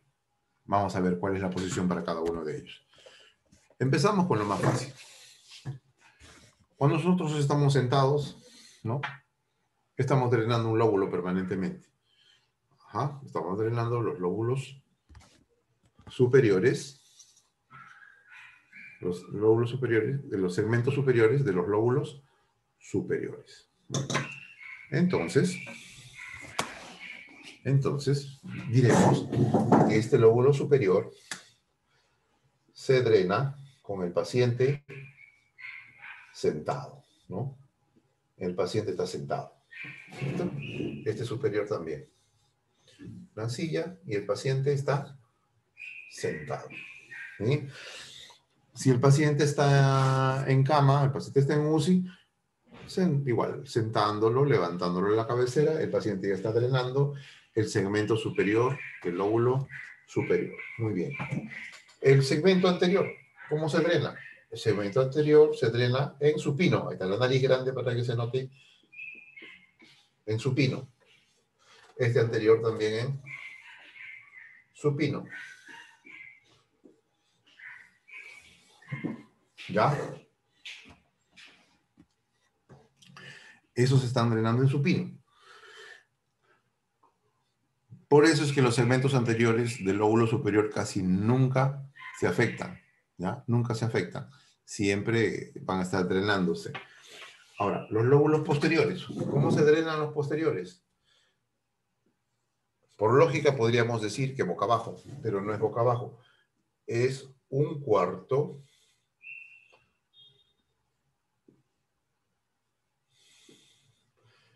en decúbito prono. Este también, un cuarto en decúbito prono. O sea, del lateral, un poquito hacia el decúbito prono. Un cuarto de decúbito prono. Muy bien. Esto de acá, con la língula, ¿cómo se drenan? Estos se drenan en un cuarto en decúbito supino. Entonces, paciente lateralizado, un cuarto en decúbito supino. ¿Ya? Ahí se drena. Con la diferencia que la língula tiene 25 centímetros de elevación de miembros inferiores. ¿Ya? En la misma posición, pero en la língula se eleva la cama de los pies en Trendelenburg 25 centímetros. Muy bien. Estos normalmente casi no se No se comprometen estos segmentos porque, si ustedes se habrán dado cuenta, son posiciones que normalmente al paciente crítico se le pone, se le ubica, ¿no? Inclusive al momento de cambiarles el pañal, de bañarlos, llegan a ponerse en un cuarto de cúbito prono, un cuarto de cúbito supino, ¿no? Llegan a estas posiciones. Pero no pasa con el segmento inferior, el lóbulo inferior, donde ocurren la mayor cantidad de problemas, neumonías, atelectasias, complicaciones, ¿no? Muchos pacientes a la hora de que se les oculta al momento de ya de hacer la terapia respiratoria, vemos que a nivel de estos segmentos no pasa el aire, no llega. Entonces, esto es para ambos, ¿ya? El segmento superior del lóbulo inferior, ¿cómo se drena? En decúbito prono. ¿Ya? Exacto, en decúbito prono. Decúbito prono se drena el segmento superior del lóbulo inferior. Bien. El segmento anterior, ¿cómo se drenan los segmentos anteriores? Ya este lo vamos a sacar. Simplemente en decúbito prono. O sea, boca abajo. ¿Ya? Decúbito prono. Segmento anterior. ¿Cómo se drena el segmento anterior? Si es segmento anterior, decúbito supino. Decúbito supino, pero con la cama elevada a 45 centímetros. ¿Ya? Muy bien. El segmento posterior, ¿cómo se drena? Decúbito prono, pero con la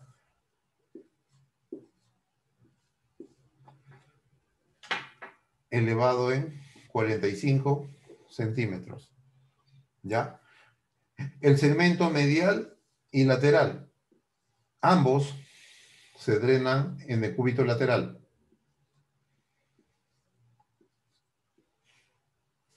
En decúbito lateral. ¿Ya? ¿Cómo así en decúbito lateral? Si yo estoy con las piernas elevadas a este lado, ¿ya? Y me pongo sobre este lado, estoy drenando el segmento lateral del lóbulo que está arriba y el segmento medial del lóbulo que está abajo. ¿Ya? Entonces, para que se ubiquen mejor, les hago más o menos la cuestión anatómica de cómo están distribuidos los segmentos. Imagínense que, miren este triangulito, una regla práctica para que no se les olvide nunca los segmentos. Miren, este triangulito yo me lo pongo al costado. ¿Ya? ¿Cuántas puntitas tiene el triangulito? 3, ¿no es cierto? ¿Qué puntitas tiene? Superior, la que está arriba, esta que está adelante con respecto a mi cuerpo, anterior, y la que está en mi espalda es posterior. Lógicamente, que esas son las 3 segmentos del lóbulo superior. Superior, anterior y posterior. Muy bien. El lóbulo medio, está aquí, tiene 2 segmentos. Tiene un segmento que está adentro y un segmento que está afuera. El de adentro se llama, el de adentro es el lóbulo del medio, el segmento de al medio, por eso se llama medial. Y el segmento que está al lado, por eso se llama segmento lateral. ¿Ya?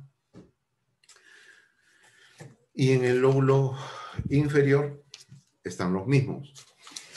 Se repiten los mismos. Si voy a repetir esto, sería superior, anterior, posterior, medial y lateral. Y en el inferior, los mismos. Superior, anterior, posterior, medial y lateral. Bueno, eso sería en el derecho. En el izquierdo, bueno, lo hice al revés. En el izquierdo, este posterior se une con el superior y hacen un solo lóbulo, postero superior, anterior. En el medio ya no existe medial y lateral, existe solamente una língula, ya que es parte del lóbulo superior. Y en el lóbulo inferior existen los 5 segmentos: superior, anterior, posterior, medial y lateral. ¿Alguna duda hasta aquí? Consulten, por favor, todo lo que puedan.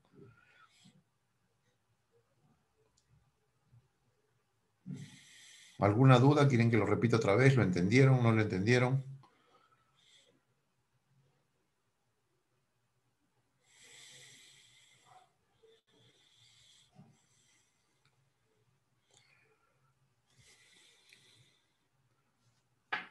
¿Sí? ¿Alguna duda? ¿Una pregunta? Buenas noches, licenciado. Buenas Una, noches. con- una consulta, no le entendí bien esa parte de la posición un cuarto de cúbito prono y un cuarto de cúbito supino. Ah, ya, ya. Este es en lateral.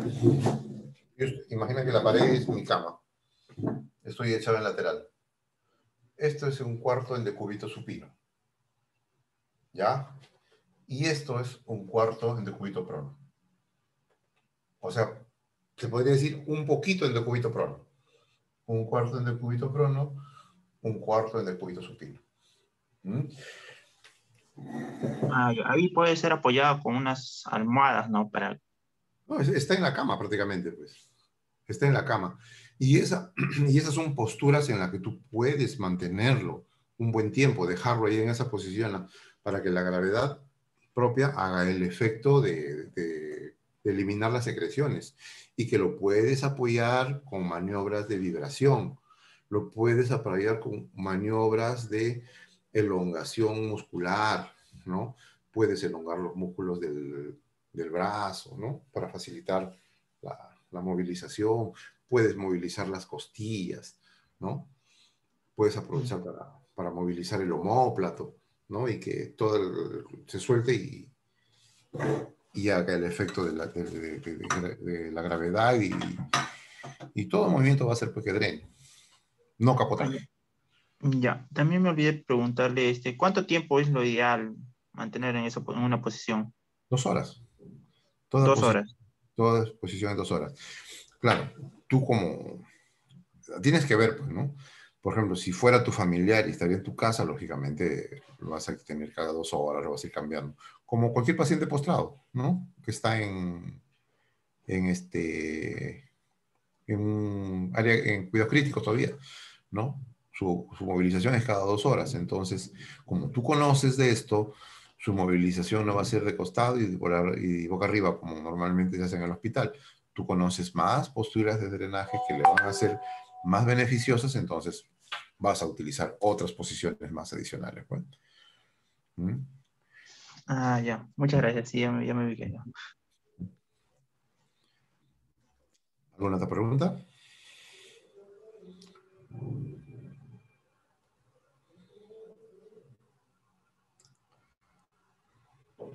¿Alguna otra pregunta?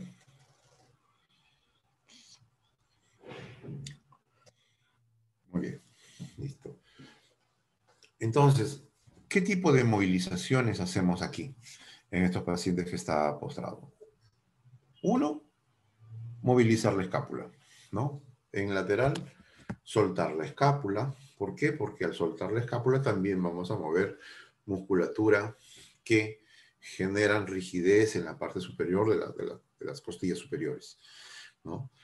Movilizar las costillas. En lateral, ¿no? Lateral, movemos un brazo, una mano arriba, una mano abajo, podemos ir movilizando las costillas, ¿sí? Siempre trabajando en forma de la respiración, adelante también, ¿no?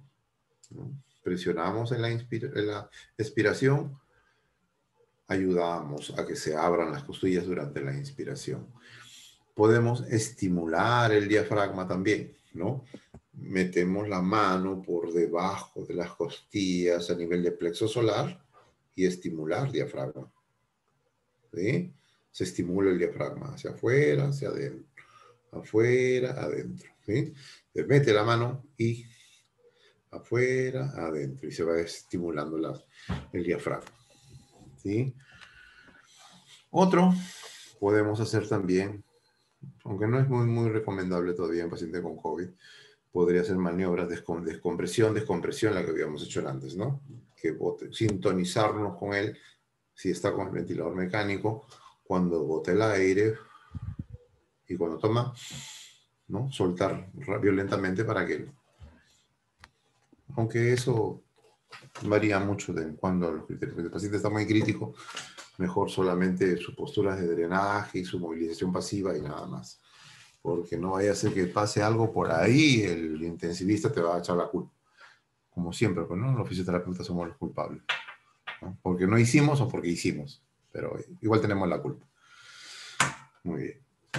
Ahora, importancia cuando sale el paciente del área de cuidados intensivos, ya sale, ¿no? El paciente ya sale, ya lo puedes trabajar. Aquí sí, por experiencia le digo, y como una especie de protocolo que tenemos en el hospital, el paciente sale de la parte de crítica y prácticamente ya está en condiciones del alta, porque en el hospital no trabajamos mucho, ¿no? Ya está en condiciones del alta. La recuperación después del alta es en 3 semanas, ¿ya? Salvo que el paciente tenga compromisos neurológicos, ¿no? Que hayan sido generados del COVID. Ah, bueno, y me olvidaba también. Otro objetivo, los objetivos de la fisioterapia antes de la crisis o durante la crisis del COVID son reducir los problemas que va a traer el, la inmovilización. Los problemas posteriores del paciente que sale de alta no son por el COVID. Los problemas posteriores son derivados del ventilador mecánico y de la inmovilización. ¿Ya? Ahí, esos son los... Muchos pacientes, habrán visto ustedes, que salen con diagnóstico de fibrosis pulmonar, ¿no? Pero como les había dicho, el COVID no genera la fibrosis pulmonar. El COVID genera coágulos, ¿no? Coágulos que cuando el paciente se recupera se van a desprender. Claro, también hay pacientes que estos coágulos les imposibilita la respiración y fallecen, ¿no? Pero los pacientes que superan la crisis, los cuadros posteriores son originados por el ventilador. Actualmente ya no se ven muchos casos, pero cuando empezó el problema del COVID, ¿no? Sobre todo en las provincias donde no hay muchos intensivistas que manejan pues eh, el tema de los cuidados de los ventiladores en cuanto al tipo de flujos, al tipo el tipo de ventilación, todos los patrones que manejan ellos, que en el Hospital Revalletti lo manejan muy bien. A los que tenían insuficiencia simplemente le medían más cantidad de presión. Entonces, lo mismo que les decía antes, ¿no? Cuando el alveolo está muy hiperventilado, ¿no? Haces el capotaje y puedes causar una destrucción del alveolo. En el caso del COVID, lo mismo, ¿no? Paciente que ya está con alto flujo, estos alveolos también están llenos de coágulos, pero por la presión del aire, el alveolo está grandote, pues, ¿no? Le siguen metiendo presión de cantidad de aire hasta que esto llega a reventar. Entonces, al reventar, eso sí genera cuando sana, genera una cicatriz y después ya no es alveolo, sino se ven como cicatrices. Y esas cicatrices son catalogadas como las fibrosis pulmonares, ¿no?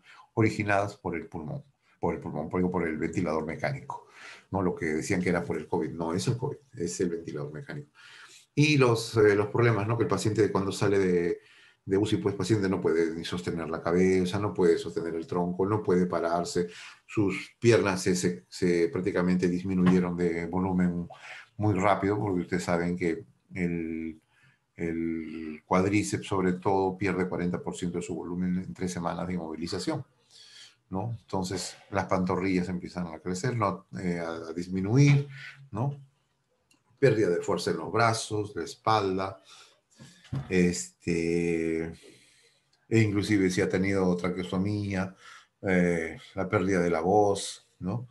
El mal patrón respiratorio, todo eso está generado por la inmovilización y por no haber hecho una patronización previa, ¿no? Para eso estaba la terapia preventiva antes que llegue, para que el paciente, una vez que sale, automáticamente empieza a respirar con el diafragma, ¿no? Entonces, todos estos problemas van a estar relacionados con la inmovilización, con el estadio en cama. Pero como les decía también, hay algunos casos, que no son muchos, menos mal, que hay neuropatías originadas por COVID, ¿no? Que les causa parálisis, sobre todo la rama del nervio peroneo, que es una rama del ciático, ¿no?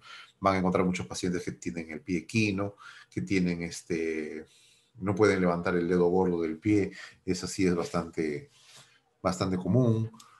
Pacientes con neuropatía del nervio cubital, no pueden hacer fuerza con estos dos últimos dedos, también ha visto bastante. Ahora no se ha aclarado bien si eso es de repente en el estado de pronación, ¿no? Por la pronación o compresión del nervio cubital, o directamente en neuropatía, porque hay que considerar que también las neuropatías han sido bastante frecuentes, ¿no? La pérdida del olfato y del gusto esto es una lesión de origen neurológico, claro, que ha revertido, pero hay pacientes que han pasado muchos meses y su recuperación del olfato no ha sido igual, ¿ya? Entonces, hay que considerar eso, ¿no? Que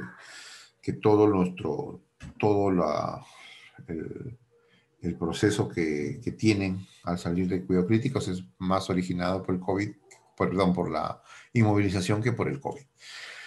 Entonces, el esquema de trabajo, una vez que salen de UCI, van a la sala de recuperación, inmediatamente empezar a trabajar ejercicio diafragmático, funcionalmente intentar ya sentarlo, ¿no? Sin sentarlo y encontrar equilibrio del tronco, ¿ya? Eso todavía no le va a causar esfuerzo físico, ¿ya? Pero es tu primer objetivo, sentarlo y que los músculos de la estática empiecen a fortalecerse, acompañado de su ejercicio respiratorio.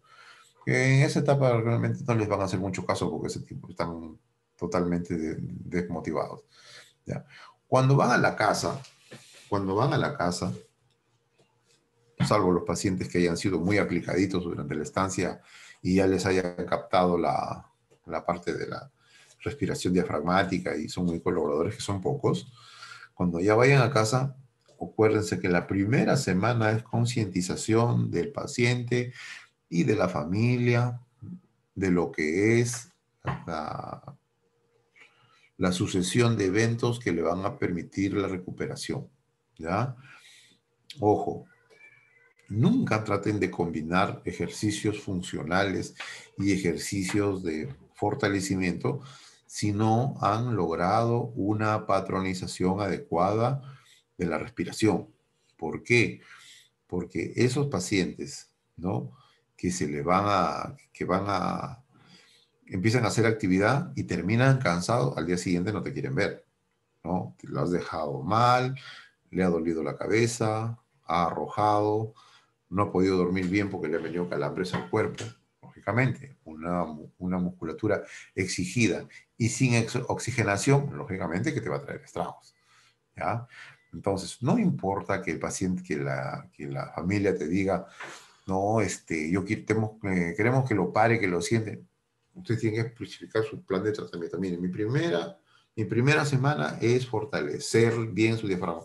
Hay pacientes que en un día, 2 días ya están, ¿ah? Entonces ya obvian ese espacio de una semana, pero normalmente es una semana. Yo sí les digo, hasta que logran patronizar, sobre todo, inclusive en la sesión, lo hacen bien, pero al día siguiente ustedes lo van a ver y otra vez, y corregir, y corregir, y corregir, y corregir, hasta que ya patronice bien y se meta a la cabeza que así debe respirar. Una vez que ya se ha patronizado esa respiración, no solamente que lo aprenda, sino que lo patronice, porque la segunda semana ustedes tienen que entrar a intercalar los ejercicios con el patrón respiratorio que han aprendido, ¿no? Si ustedes le dicen levante el brazo, él automáticamente tiene que relacionarlo con la respiración. Levante el brazo y la respiración al abdomen, ¿ya? Ustedes le dicen, levante una pierna, automáticamente tiene que levantar la pierna y, ¿ya? Ese es su objetivo. Levante las caderas, hace puente, pero todo ejercicio ustedes lo van a combinar con ejercicios respiratorios. Desde los más leves hasta los más fuertes. Y una vez que empieza a hacer ejercicio, el paciente COVID recupera bien rápido porque no tiene lesión neurológica, salvo esos pequeños grupos que sí han tenido lesión neurológica. Pero si no hay lesión neurológica, muy rápido va a avanzar este paciente. El progreso va a ser diario. En una semana ya lo deben tener ya de pie y establecerse los objetivos. Una vez que termina ya la semana de respiratorio, le van a decir, bueno, ya, necesito, acá 2 días te paras. No, que no te paras porque te paras. ¿Sí? Una vez que se para, le van a decir, de acá 3 días, ya andador a caminar. No, pero no puedo. De andador, caminar.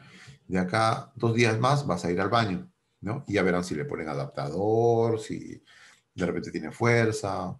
Depende de los días de hospitalización que tienen también. Normalmente los pacientes que están hospitalizados de 3 semanas no tienen mucha dificultad en recuperarse. El problema está en los que tienen más de 2, 3 meses de hospitalización. Eso sí tienen bastante déficit, ¿ya? Inclusive la parte neurológica también se afecta en ellos. ¿Mm? Considerar que ellos van a salir con ciertos temblores y hablarles que eso es producto de la medicina, o sea, que están intoxicados, ¿no? Con tanta medicina que tienen.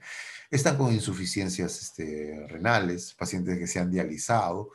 También tienes que hacerle ver pues, que mientras más se pare, mientras más tome líquidos, haga ejercicio, su desintoxicación debe ser mejor, el trabajo de la depuración de la creatinina también va a ser rápido, ¿no? Pacientes que le dicen, uy, que normalmente se saben que cuando tienen una creatinina muy alta y están con insuficiencia renal, estos pacientes post-COVID no, ¿no? Estos pacientes post-COVID no. Estos pacientes de COVID revierten esa situación y bajan notablemente en una semana de ejercicios la creatinina, ¿no? Inclusive ya dejan la parte de la diálisis. Posteriormente, una vez que ya tiene fuerza, ¿no? Lograron la fuerza, para ver qué ejercicios lo van a hacer, también pues todo es previa evaluación, ¿no? Nada es un parámetro exacto lo que yo les estoy diciendo. Yo les estoy dando una parte rutinaria de mi experiencia y de lo que tenemos nosotros como un protocolo. Pero lógicamente ustedes van a tener que usar pues su evaluación, la evaluación de graduación de 1 al 5, muscular, para ver qué músculos están avanzando y qué músculos ustedes van a incidir más en el ejercicio en cuanto al tratamiento. Pasado esta segunda semana, ustedes ya lo deben tener al paciente en bastante óptimas condiciones.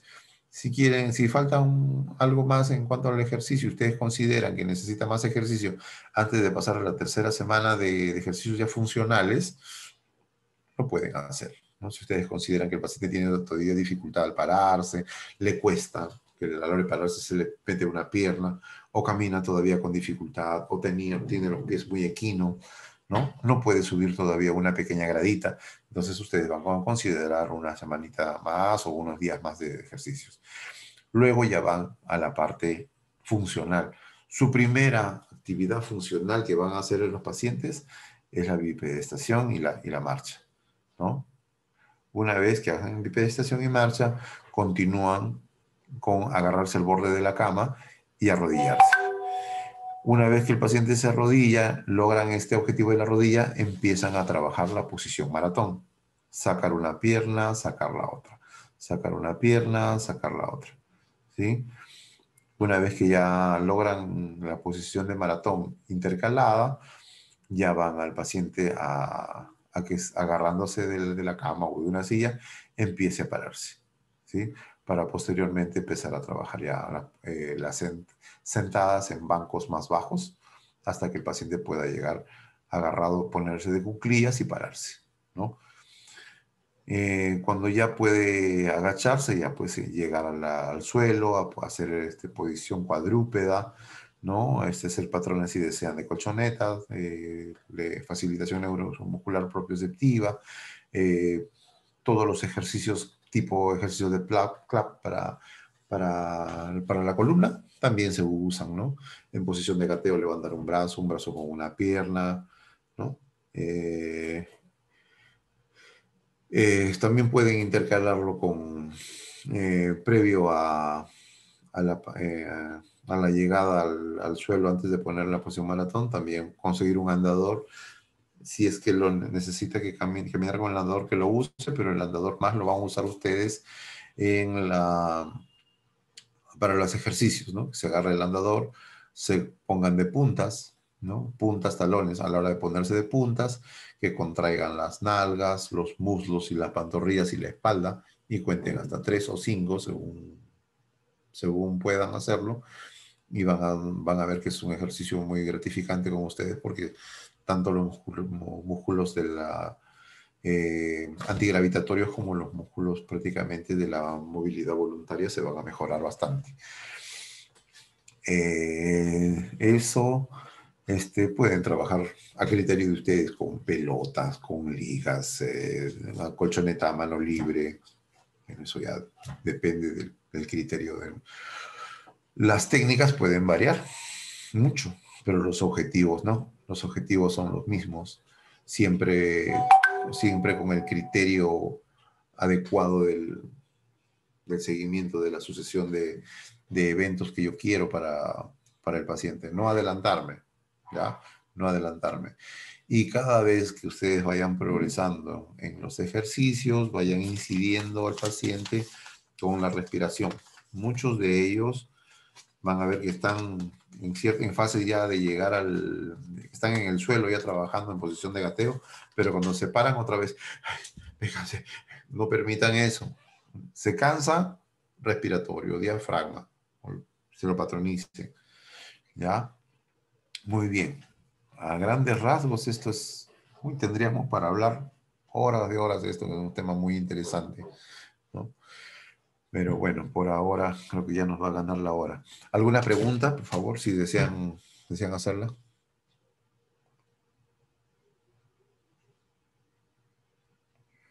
Una pregunta a un paciente que tengan de repente, darles algún alcance.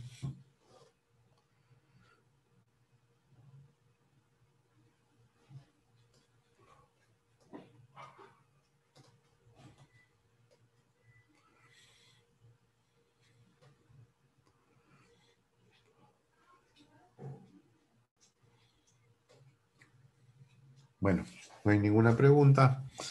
Entonces eso sería todo por el día de hoy. A sus órdenes en cualquier momento si deseen algún tipo de orientación. Muchas gracias. Buenas noches. Gracias, doctor. Gracias a los participantes. Interesante la conferencia y nos estaremos viendo en otro momento.